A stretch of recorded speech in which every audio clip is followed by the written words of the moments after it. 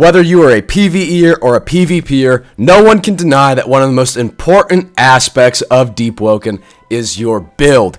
Every build is special in its own way. The drip is unique.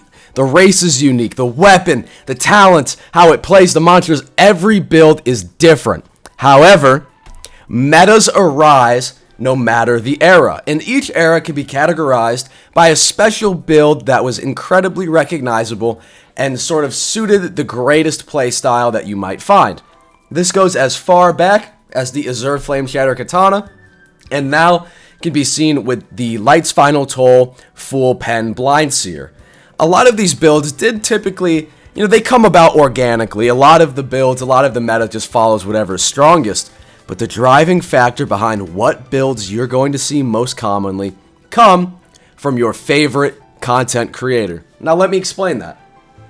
Deeptubers, by and large, shape a lot of the way in which the game is played. For example, a lot of people kind of thought that Blindseer for the longest time was kind of dog shit, honestly.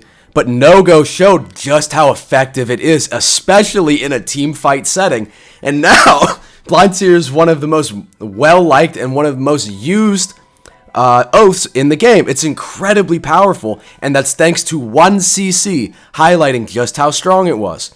Let's look back at about the first content creator tournament. Now, of course, everybody knew that Gale was powerful. Everybody knew that the Curved Blade of Winds was powerful. But it was sort of like, what's the word? Like an unspoken secret. Of course, yeah, oh man, Windcarve is really strong. Haunted Gale is really strong. But only a handful of people were actually running these builds. We got to the content creator tournament, though, and it seemed like everybody had a Curved Blade of Winds. Everybody was using the same mantras. And immediately following the tournament, Haunted Gale got gutted, Windcarve got gutted, Curve got gutted, and then other smaller mantras too, Iceberg got gutted. So many things were changed after that tournament. Oh my fucking god, that just ruined the video. Because CC's put on full display just how powerful some of the more lesser known mechanics in the game are. For example, like Arc Water quadruple attunement. For a while, nobody would have ever thought to go like a 4 attunement Hero Sword build. It wasn't until you saw videos of people going into Chime with these builds and showing just how powerful they are that the majority of people start to say, wow, okay, this is really viable. I should make it myself. And now, opposed to the couple hundred people using something incredibly powerful, a couple thousand people were now using it, and it sort of forced the devs' hand. They had to change things. The meta had to be tweaked a bit because everybody was using these crazy playstyles and it just wasn't sustainable. In a lot of ways, what content creators put out on their channel, especially PvP-focused content creators, determines what playstyle is going to be viable. Let's say, hypothetically, we all started making videos on no attunement builds.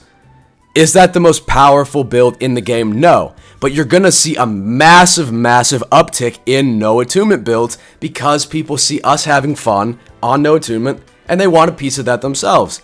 If they see Sheep or No-Go or one of these really popular, really good PvP players using these no attunement builds, people are going to say, oh, wow, you can get to a high rank with no attunement. Okay, well, let me try it out. And with all these people using no attunement now, you see where I'm going? The devs might buff a few things about no attunement to like incentivize people playing a little longer. Oh, so many people are no attunement now, let's like buff it up a little bit because it can't compete. Now, that's a rough example, but it's kind of the point I'm trying to make. Whatever we as a collective Deeptubers make videos on inevitably will become the meta. Whether that's no attunement or we wake up tomorrow and we all just start making Frostdraw builds and everything is Frostdraw. Eventually, you're going to see more and more Frostdraw builds. Everybody's going to be on Frostdraw. There are going to be nerfs. There's going to be buffs. We can change the meta on a dime, entirely dependent on what videos we actually make, because inevitably large parts of the community are going to follow our advice and walk in our footsteps. Cheers.